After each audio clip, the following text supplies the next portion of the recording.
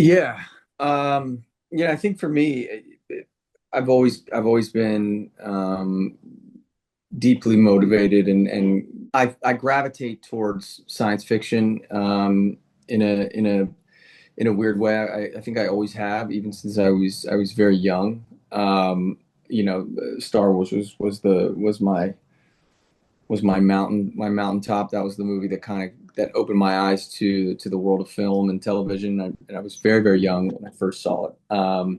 And so I always kind of liked telling stories in that space, and I liked watching movies in that space because there's so much world building that you can do, and there's a lot of kind of imagination that you can play with. And so I always wanted to tell a story in that space, and I've been fascinated with the idea of, I think, like how humans communicate with each other, and how we talk, and how honest we are with each other, and kind of like what is this thing that we call truth, and is it fundamental, and or is it subjective, is it objective, and just kind of playing with ideas like that, and um, how like language barriers can create such different or such difficult kind of barriers and or bridges to what communication is. And so,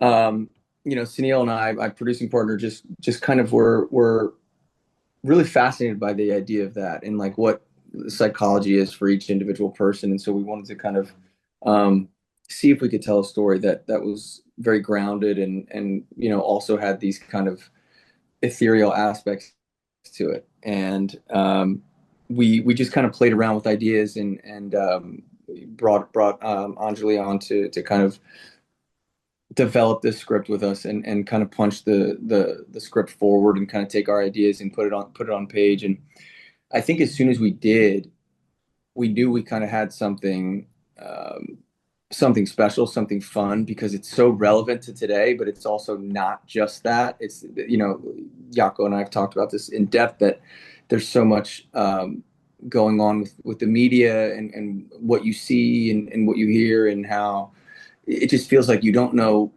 what to believe anymore, and how there's like there's an energy to it all.